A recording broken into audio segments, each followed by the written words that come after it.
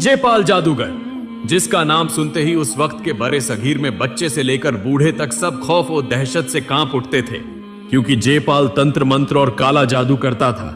वह कई सालों तक खुफिया तौर पर पुरअसरार पहाड़ की घार में बैठकर काला जादू सीखता रहा और एक बड़ा जादूगर बन गया। इसके पास काले जादू की इतनी खौफनाक ताकत थी कि इसका मुकाबला करने की किसी में हिम्मत न थी। उस जमाने में बड़े सगीर की सरजमीन पर इस्लाम का नूर अभी नहीं पहुंचा था। लोग जाहिल थे और अंधी अकीदत में डूबे हुए थे। कोई पत्थर के बुत को खुदा समझता, कोई आग को और कोई दरख्त को। खास तौर पर राजस्थान के मशहूर आना सागर के इर्द गिर्द सैकड़ों बुत मौजूद थे और रोजाना बुत परस्ती जारी रहती। इस पूजा के साथ साथ तंत्र मंत्र और काले जादू का खौफनाक खेल भी जुड़ चुका था। राजा पृथ्वीराज निहायत सख्ती से अपनी रियासत चलाता था और उसके दौरे हुकूमत में मजहबी रसूमात से हटने की कोई गुंजाइश न थी। इधर ख्वाजा मोइनुद्दीन चिश्ती राजस्थान के अजमेर की सरजमीन पर कदम रख चुके थे। वह कुरान का नूर फैलाने के लिए तशरीफ लाए थे। एक दिन जब राजा पृथ्वीराज पूजा शुरू करने वाला था तो दूर तारागढ़ पहाड़ की जानिब से मधुर अजान की आवाज आने लगी। यह आवाज सुनकर वह चौंक उठा। ऐसी आवाज, ऐसा सुर उसने पहले कभी न सुना था। यह न कोई शंख की आवाज थी न मंत्र। राजा ठिठक कर रुक गया और सख्त गुस्से में बोला, यह आवाज कहां से आ रही है? मेरी पूजा में खलल डाला जा रहा है। यह आवाज तो बुद्ध के जिस्म से भी टकरा रही है। फौरन जाओ और तारागढ़ पहाड़ जाकर देखो, यह आवाज कहां से आ रही है और कौन है जिसने हमारी पूजा में मदाखलत की है। राजा के हुक्म पर चंद सिपाही गिरोह की सूरत में तारागढ़ की तरफ रवाना हुए। वहां जाकर देखा कि एक दरवेश चंद साथियों के साथ खड़े हैं। एक सिपाही आगे बढ़ा और बोला, आप कौन हैं और हमारी पूजा में रुकावट क्यों डाल रहे हैं? हमारे पूजा के वक्त आप ऐसी आवाज क्यों निकालते हैं जो हमारे राजा को बर्दाश्त नहीं? ख्वाजा मोइनुद्दीन चिश्ती ने निहायत नरम लहजे में फरमाया, मेरा नाम मोइनुद्दीन चिश्ती है। मैं अल्लाह का बंदा हूँ। अल्लाह के हुक्म और रसूल के फरमान पर यहाँ आया हूँ। ए मेरे अजीज भाइयों, तुम तो हम परस्ती में फंसे हुए हो।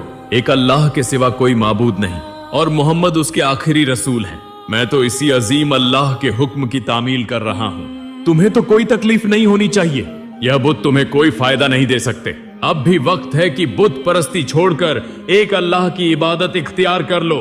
यह सुनकर सिपाहियों ने कहा, देखो आप यहां से चले जाओ, वरना अगर हमारे राजा को पता चल गया तो आपको बहुत नुकसान पहुंचेगा। यह कहकर सिपाही वापस राजा के दरबार में आए और सारी बात बता दी। यह सुनकर राजा पृथ्वीराज सख्त गजबनाक हुआ। उसके दिल में एक ही बात थी कि किसी तरह इस फकीर को यहां से निकाल देना चाहिए, वरना हमारा हिंदू धर्म खत्म हो जाएगा। मगर वह कुछ बोला नहीं और खामोश रहा। अगले दिन राजा पृथ्वीराज ने एक बहुत बड़ी पूजा का इंतजाम किया। दूसरी तरफ ख्वाजा मोइनुद्दीन चिश्ती लोगों में जाकर इस्लाम की दावत दे रहे थे। इधर जयपाल जादूगर अपने तंत्र मंत्र और काले जादू की इबादत में मशगूल था। पूजा शुरू होने ही वाली थी कि फिर दूर से वही मधुर अजान की आवाज आने लगी। यह सुनकर राजा गुस्से से लाल हो गया और बोला, किसकी यह जुर्रत है कि बार बार हमारी पूजा के वक्त खलल डाल रहा है? जाओ उस फकीर को पकड़ कर लाओ। राजा के हुक्म पर फिर चंद सिपाही तेजी से तारागढ़ की तरफ रवाना हुए। वहां पहुंचे तो देखा कि वही दरवेश यानी ख्वाजा मोइनुद्दीन चिश्ती नमाज की हालत में है।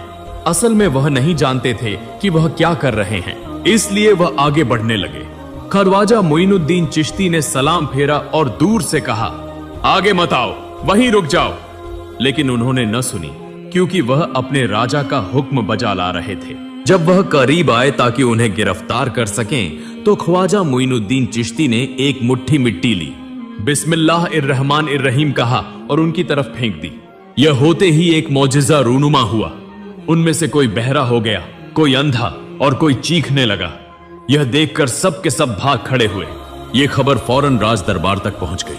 राजा पृथ्वीराज सख्त गुस्से में आ गया और कहने लगा, किसकी यह जुर्रत है कि हमारा मुकाबला करे? किसी भी तरह उसे गिरफ्तार करना होगा। तब वजीर ने कहा, राजा महाराज, इसकी ताकत देखकर लगता है कि वो कोई आम आदमी नहीं है, वो एक जादूगर है, वरना एक मुट्ठी मिट्टी से इंसान को अंधा और बहरा कैसे कर सकता है? उसे शिकस्त देने के लिए हमें कोई दूसरा तरीका अपनाना होगा।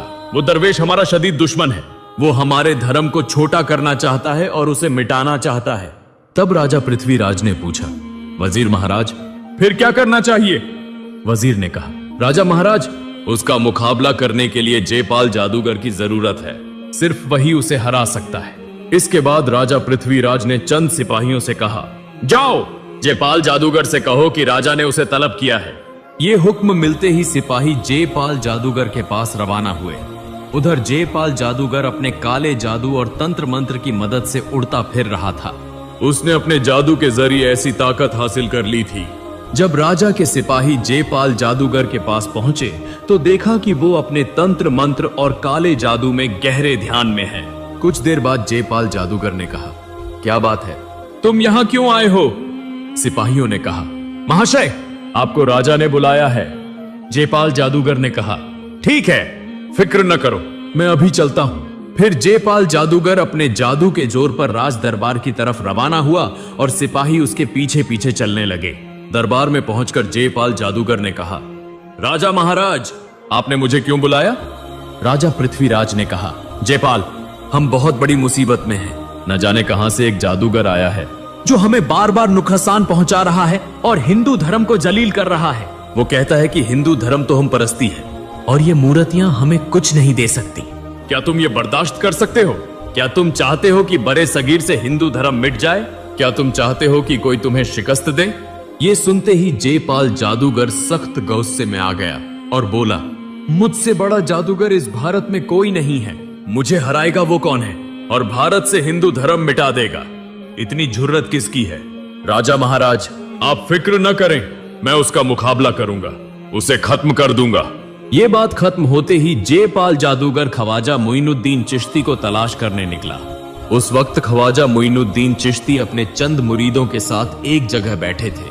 आपने फरमाया, नमाज का वक्त हो गया है, अजान दो, नमाज अदा करो। एक शख्स ने अजान देना शुरू कर दी। जब सब लोग नमाज में खड़े थे, एन उस वक्त जयपाल जादूगर आसमान से उड़ता हुआ उनकी तरफ आता नजर आया। ये देखकर एक शख्स ने कहा, हुजूर, ये जादूगर तो हमें नुकसान पहुंचाएगा। सुना है इसके जादू की बड़ी ताकत है। ख्वाजा मोइनुद्दीन चिश्ती ने फरमाया, तुम फिक्र न करो, अल्लाह हमारी हिफाजत करेगा। अब अल्लाह का हुक्म पूरा करो, नमाज अदा करो।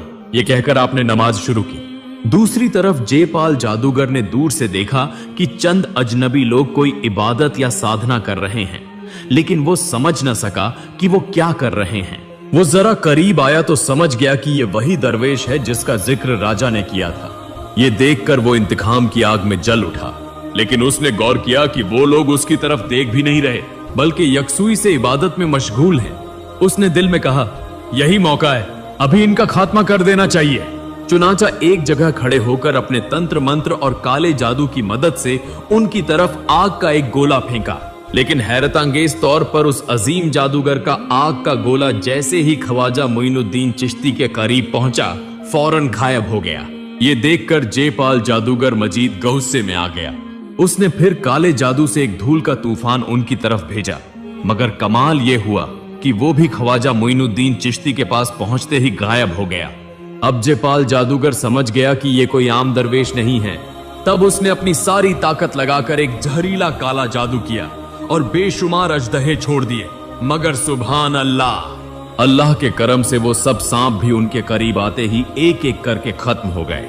इसके बाद जयपाल जादूगर ने गौर से देखा कि ये दरवेश यानी ख्वाजा मोइनुद्दीन चिश्ती ने एक लम्हे के लिए भी उसकी तरफ नहीं देखा।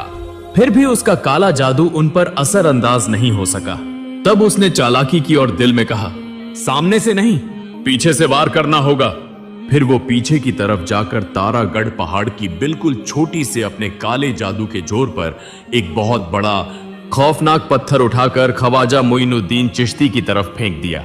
उसी लम्हे ख्वाजा मोइनुद्दीन चिश्ती ने नमाज खत्म करके सलाम फेरा और देखा कि पहाड़ से एक खौफनाक बड़ा पत्थर तेजी से उनकी तरफ आ रहा है। तब ख्वाजा मोइनुद्दीन चिश्ती ने सिर्फ आसमान की तरफ देखकर कहा, ए पत्थर, अगर तू अल्लाह की तरफ से आया है तो आ और मुझे कुचल कर मार डाल, लेकिन अगर तू शैतान की तरफ से आया है तो अल्लाह के हुक्म से वहीं रुक जा। ये बात कहते ही अल्लाह के हुक्म से पत्थर की जुबान खुल गई। पत्थर कहने लगा, या ख्वाजा गरीब नवाज, मैं शैतान की तरफ से आया हूं, मुझे माफ कर दो, मुझे बचा लो। तब ख्वाजा मुइनुद्दीन चिश्ती ने उस पत्थर की तरफ 2 उंगलियों से इशारा किया और फौरन ही पत्थर वहीं रुक गया।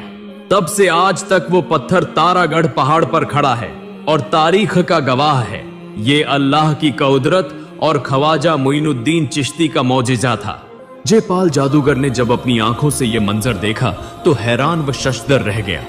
उसे यकीन हो गया कि उसका मुकाबला करने की ताकत किसी में नहीं। अब वो खौफ के मारे भागने लगा। तब ख्वाजा मुइनुद्दीन चिश्ती ने अपनी जूतियों से कहा, जाओ उसे यहां ले आओ। फिर वो जूतियां हवा में उड़ती हुई गईं और जयपाल जादूगर को घेर लिया। वो किसी तरफ भी न जा सका। आखिरकार जयपाल जादूगर ख्वाजा मुइनुद्दीन चिश्ती के पास आकर कहने लगा, मुझे माफ कर दो, मैं नहीं जानता था आप कौन हैं। आज तक मुझे कोई नहीं हरा सका, मगर आज मैं आपके सामने शिकस्त तस्लीम करता हूं। जयपाल जादूगर ने इतनी आजिजी और मिन्नत समाजत से माफी मांगी कि ख्वाजा मुइनुद्दीन चिश्ती ने उसे माफ कर दिया। तब जयपाल जादूगर ने कहा, आप कौन हैं इतने रहमदिल? मैं आपको कत्ल करना चाहता था, इसके बावजूद आपने माफ कर दिया। ख्वाजा मुइनुद्दीन चिश्ती ने फरमाया, खुद अल्लाह रब्बुल आलमीन बेहद रहम फरमाने वाला है और हमारे प्यारे रसूल मोहम्मद भी रहीम हैं। मैं तो अल्लाह का बंदा और रसूल का पैरोकार हूँ, तो फिर मैं क्यों माफ न करूं? जयपाल, अल्लाह के रास्ते पर आ जाओ। अल्लाह के सिवा कोई माबूद नहीं, वो यकता और बेशरीक है। जयपाल, तुम जो पूजा करते हो ये तो हम परस्ती है। पूजा छोड़कर एक अल्लाह की इबादत करो। तब जयपाल जादूगर ने कहा, हजूर, आज से मैं आपका मुरीद हूँ, मुझे कलिमा पढ़ाकर मुसलमान कर दे। जब तक मैं जिंदा रहूंगा एक अल्लाह की इबादत करूंगा, जादू टोना और तंत्र मंत्र सब छोड़ दूंगा और अल्लाह और आपके बताए हुए रास्ते पर चलूंगा। फिर जादूगर ने इस्लाम कबूल कर लिया। तारीख के सफहात में लिखा है कि बाद में जयपाल जादूगर ने अपना नाम बदलकर अब्दुल्लाह रिया बानी रख लिया। कहा जाता है कि बाद में वो एक वली के तौर पर मशहूर हुए। फिर अगले ही दिन सारा हिंदुस्तान ये खबर सुनकर हैरान रह गया कि भारत का सबसे बड़ा जादूगर जयपाल ने इस्लाम कबूल कर लिया है और वो ख्वाजा मुइनुद्दीन चिश्ती का मुरीद बन गया है। लोग एक के बाद एक ख्वाजा मुइनुद्दीन चिश्ती के पास आने लगे। इसी दौरान एक सिपाही राजा पृथ्वीराज के पास आकर बोला, राजा महाराज, क़यामत हो गई। राजा ने पूछा, क्या हुआ? सिपाही ने कहा, राजा महाराज, जयपाल जादूगर उस फकीर के सामने हार मान चुका है। उसने खुद हिंदू धर्म छोड़कर इस्लाम इख्तियार कर लिया है। यह सुनकर राजा पृथ्वीराज ने कहा, अगर यह दरवेश सच्चा है तो उसे साबित करना होगा। हम उसे अपनी आंखों से देखेंगे। जाओ, हमारे मुल्क के सबसे बड़े पुजारी को बुला लाओ, उसके सामने उस दरवेश का इम्तिहान होगा। और जाओ, उस दरवेश को भी खबर दो। उस वक्त के हिंदुस्तान की गली कूचों में हिंदू भक्तों का शोर, हर तरफ घुंघरू, शंख और मंत्र की आवाजों के सिवा कुछ न था। शहर के बीचों बीच एक हिंदू पुजारी रहता था जो इतना मशहूर था कि दूर दूर से लोग उसकी पूजा लेने आते थे। वो निहायत अकीदत और लगन से बुद्ध पूजा करता था और यकीन रखता था कि मूरत ही ईश्वर है। एक दिन वो पूजा करने के लिए मंदिर जा रहा था कि रास्ते में उसने चंद लोगों को खड़े सरगोशियां करते देखा। वो रुक गया और उनके पास जाकर बोला, क्या तुम्हें पता नहीं कि पूजा का वक्त हो गया है? सब मंदिर जाने के बजाय यहाँ क्या कर रहे हो? इस वक्त एक शख्स ने कहा, पुजारी महाराज, क्या आपने कुछ सुना नहीं? पुजारी ने कहा, क्या बात है, बताओ तो। उन्होंने कहा, सुना है कि अजमेर में न जाने कहां से एक दरवेश आए हैं जिनके पास ऐसी ताकत है कि भारत का सबसे बड़ा जादूगर जयपाल भी उनके सामने हार गया है। वो कहते हैं कि अल्लाह एक है और उसके हुक्म से पत्थर भी बोल उठते हैं। ये सुनकर कई लोग इस्लाम कबूल कर रहे हैं। पुजारी ये सुनकर सख्त गुस्से में आ गया और बोला, ये कभी बर्दाश्त नहीं किया जा सकता। सदियों से भारत के लोग बुत पूजा करते आ रहे हैं और अब ये सब झूठ करार दिया जा रहा है। फौरन ये खबर राजा पृथ्वीराज के कानों तक पहुंचानी होगी। ये कहकर वो मंदिर की तरफ रवाना हो गया, मगर राजा तक पहुंचने से पहले ही राजा की फौज उस पुजारी के पास आ गई और बोली, पुजारी महाराज, राजा ने आपको फौरन तलब किया है, बहुत अहम मामले पर बात करनी है। फिर उस पुजारी ने देर न की और फौरन राज दरबार में हाजिर हो गया। राज सिंहासन पर राजा पृथ्वीराज बैठा था और चारों तरफ सिपह सालार, वुजरा और मशहूर पंडित मौजूद थे। उस वक्त राजा पृथ्वीराज ने कहा, पुजारी महाराज, हमारा धर्म अब खतरे में है। एक दरवेश शहर में आकर कह रहा है कि बुद्ध झूठ है, अल्लाह सच्चा है। उसने ऐसा मौजिजा दिखाया है कि जयपाल जादूगर भी उसके सामने झुक गया है। आप हमारा फख्र हैं और सिर्फ आप ही हमारे धर्म और इज्जत को बचा सकते हैं। तब पुजारी ने कहा, राजा महाराज, ये बेइज्जती मैं बर्दाश्त नहीं करूंगा। अगर वो फकीर वाकई कुछ जानता है तो वो बुद्ध को बोलकर दिखाए, हम देख लेंगे किसका देवता सच्चा है। राजा ने कहा, ऐसा ही हो, हम उसे इम्तिहान के लिए बुलाएंगे। अगर वो कामयाब हुआ तो हम मान लेंगे, वरना उसे शहर से निकाल दिया जाएगा। फिर राजा पृथ्वीराज का एक सिपाही ख्वाजा मोइनुद्दीन चिश्ती के पास आया और बोला, आप बड़े जादूगर हैं ना? आप कहते हैं कि बुत हमारे किसी काम नहीं आ सकते, तो आपको इम्तिहान देना होगा। हमारे पुजारी और राजा महाराज ने आपको बुलाया है। अगर आप ये इम्तिहान पास कर लें तो हम मान लेंगे कि आपकी बात सच है। तब ख्वाजा मोइनुद्दीन चिश्ती ने फरमाया, ठीक है, मैं ये इम्तिहान देने को तैयार हूं। जाकर अपने राजा से कहो कि तैयारी करे। ये खबर अजमेर शहर में आग की तरह फैल गई। सब लोग एक एक करके मंदिर के सहन में जमा होने लगे। पुजारी और राजा पृथ्वीराज वहां मौजूद थे। उधर ख्वाजा मोइनुद्दीन चिश्ती भी अपने चंद मुरीदों के साथ पहुंचे। हिंदू और मुसलमान सब इस रूहानी मुकाबले को देखना चाहते थे। मंदिर के बीच में एक बड़ा पत्थर का बुत रखा गया। पुजारी ने उसे देखकर तंजिया अंदाज में कहा, सुना है तुम बुत पूजा नहीं मानते और तुम बड़े जादूगर हो। तुम कहते हो ये बुत हमारे किसी काम नहीं आ सकता। ठीक है, अपनी ताकत दिखाओ।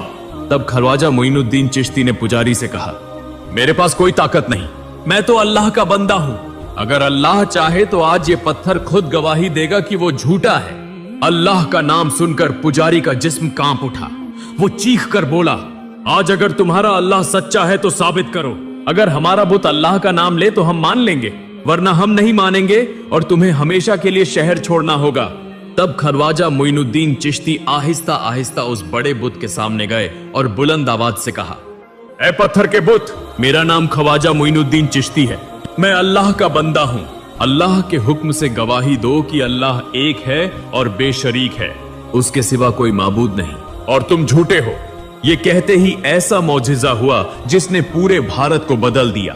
पलक झपकते ही आसमान पर कड़क की आवाज आई, जमीन लर्ज उठी और वो बड़ा पत्थर का बुत बोल उठा, अल्लाह एक है और बेशरीक है। अल्लाह ही इस जहान का पालन करने वाला है और अल्लाह के सिवा कोई माबूद नहीं। ये कहते ही वो बुत खुद ब खुद टूट कर गिर गया। ऐसा मौजिजा अपनी आंखों से देखकर वहां मौजूद सब हिंदू हैरत में रह गए और ख्वाजा मोइनुद्दीन चिश्ती को देखने लगे। कोई कुछ न बोल सका। एक शख्स ने पुकार कर कहा, या ख्वाजा, आप सच्चाई का चिराग लेकर आए हैं, हमारी आंखें खुल गई हैं। दूसरे ने बेख्तियार कहा, या ख्वाजा मोइनुद्दीन चिश्ती, आज से हमारी आंखें खुल गई। अल्लाह सच्चा है, अल्लाह के सिवा कोई माबूद नहीं, हमें इस्लाम कबूल करा दें। यूं उस दिन एक के बाद एक लोग कलिमा पढ़कर मुसलमान हुए। मुहतरम नाज़रीन, ये तमाम वाकयात अनीसुल अरवाह और सीरुल अख्ताब नामी किताब में दर्ज हैं, जो फारसी जबान की कदीम तरीन सवानिह उमरियों में से एक है और जिसे ख्वाजा बाबा के एक करीबी मुरिद ने तहरीर किया था। मुहतरम नाज़रीन, ख्वाजा मोइनुद्दीन चिश्ती ऐसे अल्लाह के वली थे जिन्होंने कभी खुद को बड़ा नहीं समझा, बल्कि हमेशा अपने आप को गरीब, आजिज और अल्लाह का एक छोटा सा बंदा समझा। और यही आजिजी, यही मोहब्बत उन्हें हिंदुस्तान का एक अजीम इंसान बना गई।